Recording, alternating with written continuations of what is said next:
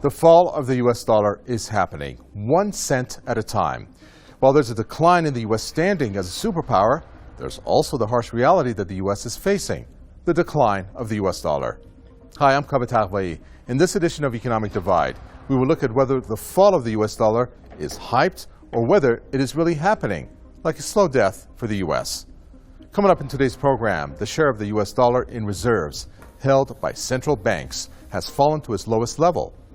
What does that mean? Is that a move away from the dollar? That is a key question that we'll be looking at in this program. Another one of the highlights is how U.S. debt is playing a role in the decline of the dollar. There's a sovereign debt crisis that the U.S. is experiencing. Is that a reason for the dollar to collapse? We will examine the ways that that may be happening. And finally, we will take a look at something that the U.S. is using called dollar weaponization. The key instrument, sanctions. And the countries that are at the receiving end of it, at least some of them, are Iran, Russia, and China. Stay tuned.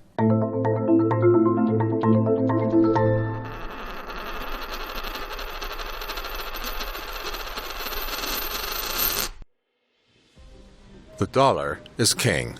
That is the saying. Well, the dollar is very strong. The country is very strong. The dollar is it's a beautiful thing in one way, but it makes it harder to compete. And despite that, we have a very powerful dollar. But it has been losing its value for quite some time. This new worry, COVID-19. Investors are worried the U.S. response is dealing a blow to the dollar, its status as the world's reserve currency declining. With the recent gold price rally, and fueled by the ongoing and growing socioeconomic issues, the USD's position as the world's reserve currency might be threatened. Investors and analysts, including billionaire hedge fund manager Ray Dalio and Goldman Sachs Group strategist, are warning that massive U.S. government spending in recent months could hurt the U.S. dollar. At the same time, rock-bottom U.S. interest rates for the foreseeable future and concerns over a potential rise in inflation are denting the dollar's appeal. What we've seen this go around is the need to distribute, to produce a lot of debt. Where did those checks come from? They came from the government. The government wrote the checks, but the government can't produce money. The central bank can produce money. These factors are already weighing in on the dollar, which stands 9% below its high of the year and had its worst monthly performance in a decade for the month of July.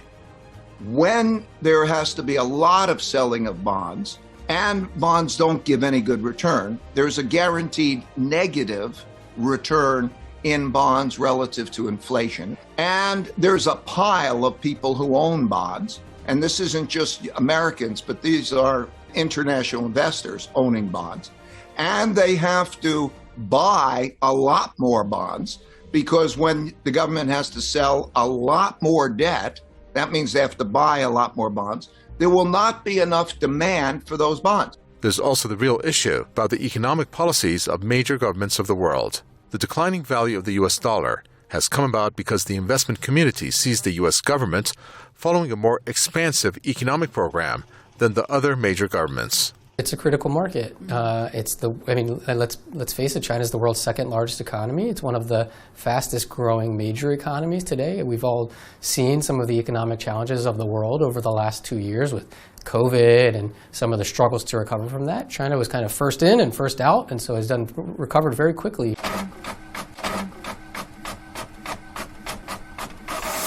The U.S. dollar has been declining in value for quite some time. The key question is why? Also, we keep hearing about the fall of the dollar as the top currency of choice, but actual numbers prove otherwise. First, the fall. That is true. Since March 2020, its decline has moved steadily after the U.S. presidential elections. Note here the peak in the dollar index in this graph. It came on March 19, 2020. In the middle of July 15 to be exact, the WSJ dollar index was 90.57. Just before the election that happened on November 3, the index stood at 88.25. Then the decline in the value of the U.S. dollar picked up steam. Why did the U.S. start losing its value due to Biden's election win? Well, because the U.S. President Biden at this point has taken a more aggressive stance with respect to the economy. Just take a look at this $6 trillion budget plan. Now, this was proposed in May, which did not get fully approved, included the following: a $1.5 trillion request for operating expenditures for the Pentagon and other government departments. It also incorporated two plans that he had previously publicized: a $2.3 trillion jobs plan and a $1.8 trillion family plan. That's quite a lot, isn't it? And we're also going to cover how that affects the standing of the dollar. Well, joining us in the studio is our guest, Ahmad Salehi. Welcome. It's a pleasure to have you with us. He is an economic analyst, and he has a specialty in the management of industrial projects. And this is his Twitter address, @Ahmad Salehi _MEY May. And also, he is active on Instagram. Ahmad.Salehi _official is his address on Instagram. So welcome. Obviously, our topic is the dollar, and my key question here is a general one: why the U.S. dollar is used as a reserve currency. It's most often used in trade, given the fact that there are other currencies, and it still is the reserve currency of choice.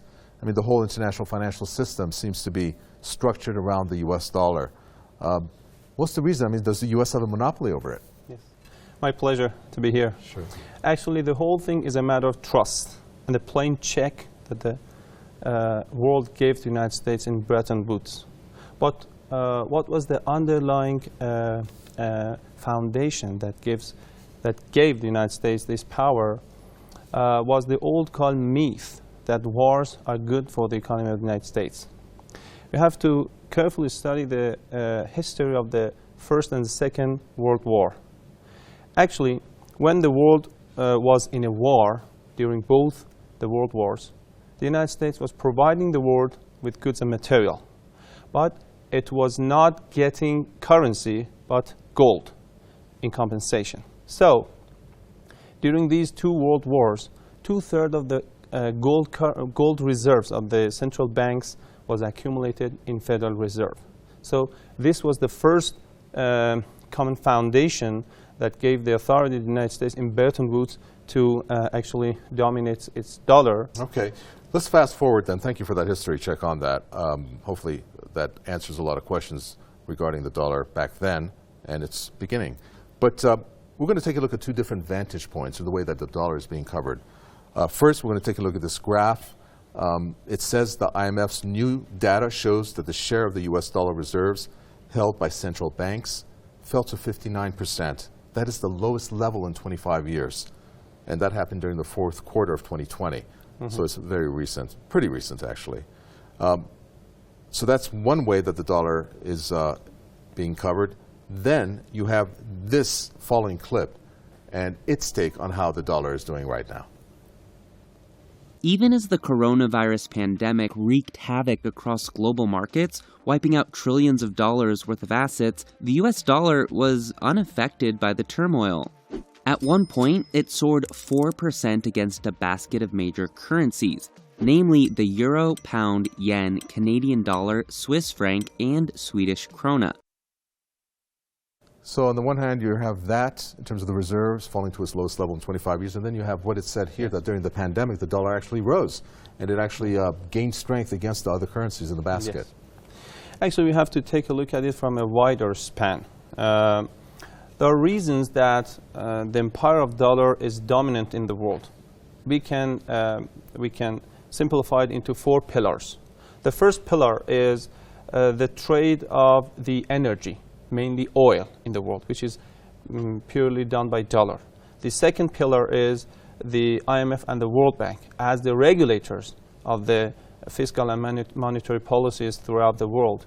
And the third pillar is the WTO, which is the main function of WTO is spreading and increasing and promoting the global trade, and we know that the global trade is done via dollar.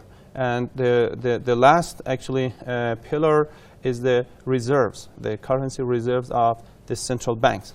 So if we want to have a better look at what is going on and what will be the future, we have to study carefully these 4 pillars. Of course, there are some internal factors also inside the United States economy.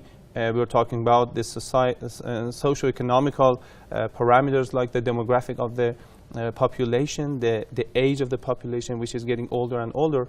But regardless of the internal factors of United States economy, when we look at these four pillars, we see that all of them are changing, not with a very rapid speed, but with this steady one. We're going to have you back a little later on in the program, but for now, thank you very much for that, Ahmad Salehi. We do appreciate your comments, obviously very insightful there. You heard some of the explanation that was given there by Ahmad Salehi. Our next piece is going to take a look at the U.S. dollar, but in terms of the debt that it has accumulated, how that plays into the picture. And obviously, with that comes the printing of the greenback, as you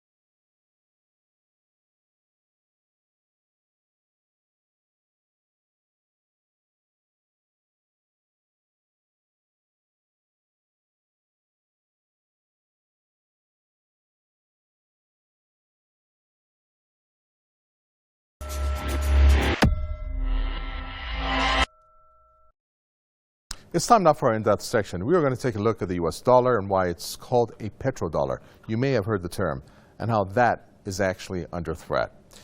Now, the petrodollar, by definition, is any U.S. dollar that's paid to oil exporting countries in exchange for oil.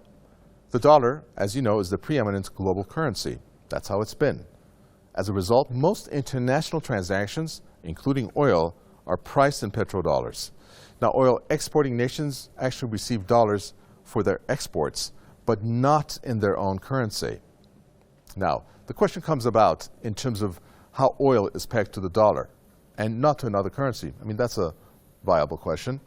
Now, why that is, it's due to a 1945 U.S.-Saudi agreement which created the petrodollar. That's when it was born. What benefits comes from that, the petrodollar? For the U.S., that is? Well, it provides three immediate benefits: increasing global demand for U.S. dollars, increasing global demand for U.S. debt securities, and it also gives the U.S. this ability to buy oil with a currency that it can print at will. Think about that.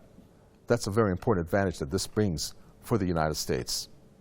Now, most oil exporting nations, such as Saudi Arabia and Iraq, for example, own their oil industries, and since they receive their payments in dollars, that makes their national income dependent on the dollar's value. So that means if the dollar falls, so does the government's revenue. Now, since they don't want to lose their payments value, most of these oil exporters have pegged their currencies to the dollar. And what does that do? Well, if the dollar value falls, so does the price of all of their domestic goods and services. Now, that helps these countries avoid wide swings in either inflation or deflation. Now, let's take a look at this question, how the dollar can actually be threatened. Well, just think about how oil is pegged to the dollar. All economies are oil-based. Pretty much a lot of things you see around you have some connection to oil in one way or another. So if there was a shift from oil to other renewable energy sources, that could threaten the petrodollar. So hopefully that makes sense to you. I mean, if you take a look at it, on the one hand, you have what's happening, this switch to renewable green energy, which threatens the dollar. And on the other hand, you have countries which the dollar is shunned since it is being weaponized against them by the U.S. That's another point that needs to be considered here. Well, to explain this a little bit more for us, David Barkan, he's a professor of economics at the Universidad Autónoma Metropolitana from Mexico, who joins us. He was a founding member of the Eco Development Center in 1974, for which he was awarded the National Prize in Political Economy. David, welcome. The dollar as a reserve currency falling out of favor with a number of countries. like Russia, China, Iran, Pakistan, Nigeria, to name a few. Now, these countries have been on the receiving end of sanctions due to political fallouts that they've had with the U.S. What are the pros and cons in dumping a dollar in their bilateral trade? Well, I think that the expression you use, dumping the dollar, is unfortunately not very relevant for many of those countries because they're doing trade with international corporations, with private parties that are demanding payment in dollars for these transactions. David Barkan there, and of course he made a great distinction. However, next up is going to be a report on how the U.S. actually uses the dollar as a weapon, the countries involved, but more so the focus being the process that it goes through in order to enforce its what's called sanctions regime.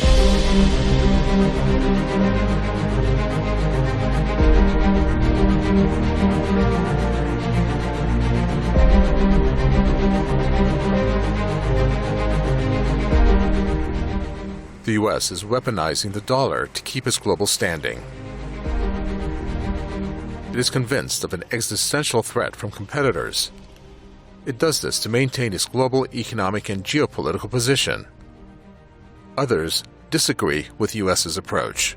Ну а что касается наших американских партнеров и вот этих ограничений, которые они вводят, в том числе в расчетах в долларах, я полагаю, что это большая стратегическая ошибка наших американских партнеров, потому что они подрывают тем самым доверие к доллару как резервной валюте.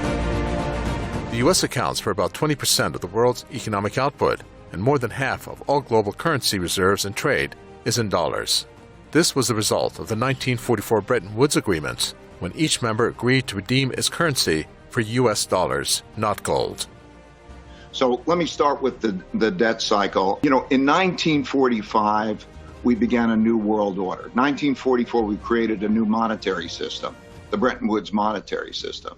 And then we created that new world order. And that created a bull markets in stocks and an American world order for the most part. There's a cycle that we're used to, in which whenever you have an economic downturn, the central bank hits the gas and can create debt expansion, and that produces an increase in demand. The dollar's pivotal role allows the U.S. to easily finance its trade and budget deficits. It protects it against balance of payments crises because it imports its goods and services, borrowing in its own currency. U.S. monetary policies, like quantitative easing, can influence the value of the dollar. This gives the currency and the U.S. competitive advantage.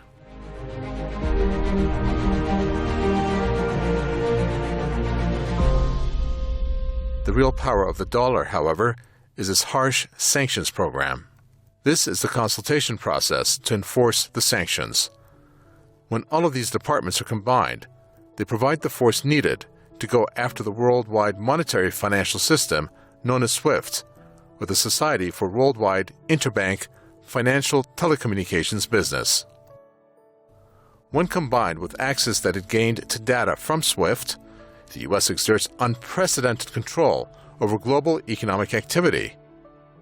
U.S. sanctions target people, entities, officials, or even an entire country. Что это не так. И платежные системы используются как политический аргумент в политических спорах при разрешении противоречий, и валюта используется и так далее. На мой взгляд, это совершенно очевидная вещь, наносит ущерб доллару как резервной мировой валюте.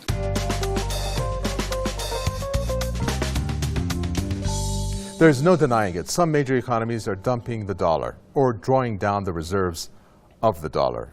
Actually, those are two separate issues, as our guests have indicated. Now, the countries we can mention here are China, Russia, and Iran, but what if the outcome of this is for the U.S. to actually threaten military action against them?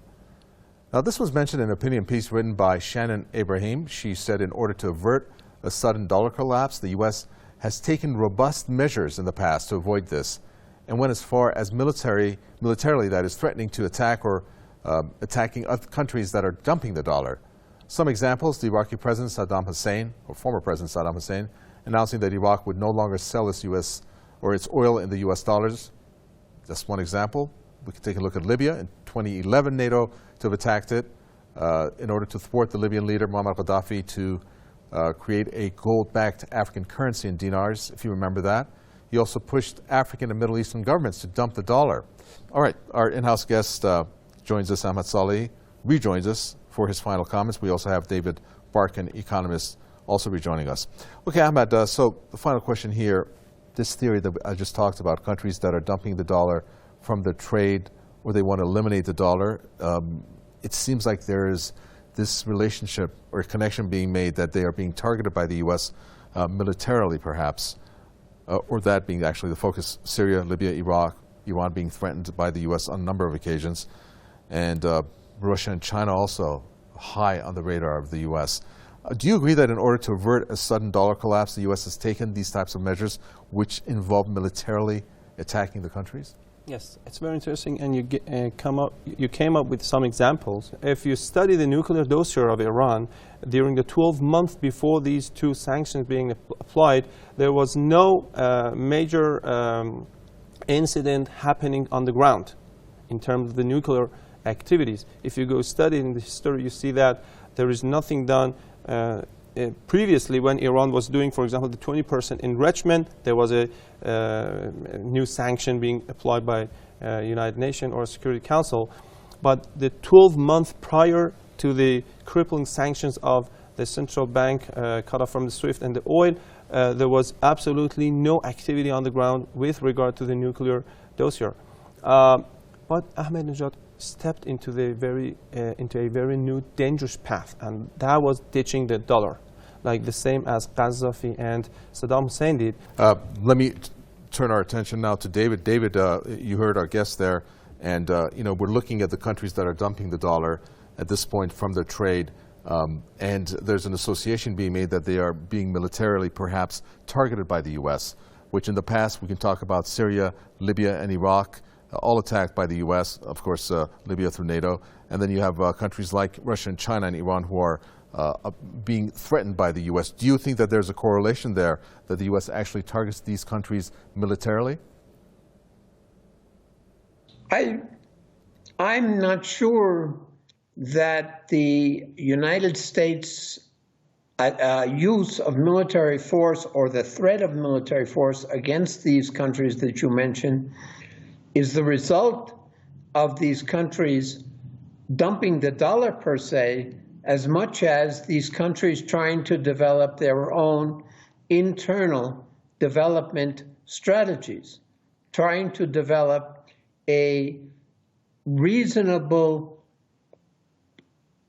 path for internal stability and well-being. All right, David Barkan there. Unfortunately, we just don't have any more time to continue this discussion. I'm sure we're going to have you back, but thank you very much, Ahmad.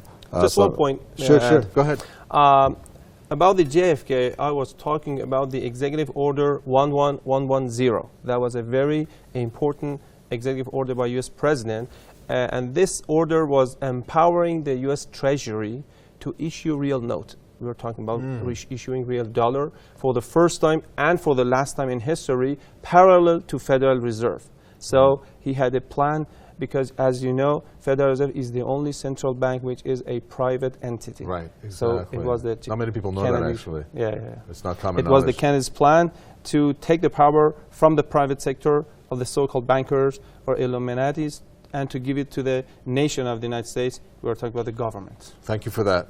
Very insightful. We appreciate it. Ahmad Salehi, political economic analyst. Let me mention again your Twitter address, @Ahmad Salehi _May, and also at Instagram, ahmad.salehi.official. Thank you for your contribution to the program. Thank you too.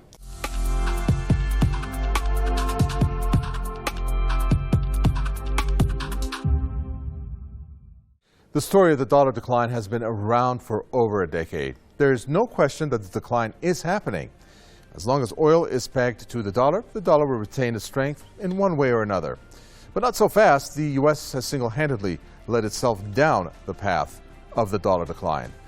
Massive spending, enormous printing of the dollar, well, those factors have accelerated the decline. And by weaponizing the dollar, many countries have shied away from it. By the way, COVID-19 may be the last straw. With a strong yuan, the dollar will literally have a run for the money. That does it for this edition of the program.